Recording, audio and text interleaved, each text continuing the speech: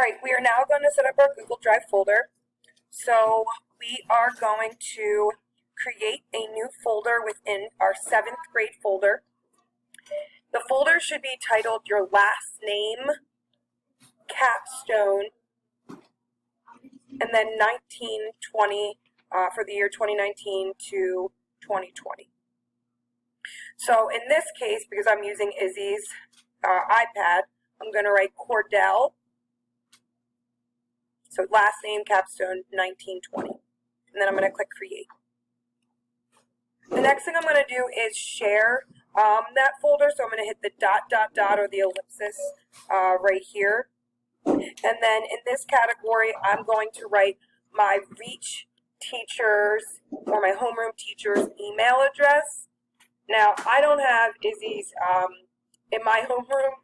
However, I am going to put my email in here so you can just see. If you have me, it's going to be rayoung@disd.org, and then you'll hit this button.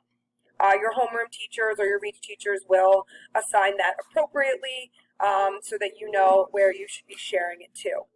Hopefully this tutorial was helpful to all of you, but if you have questions or concerns, please feel free to reach out to your homeroom or Reach teachers or come see me. Thank you.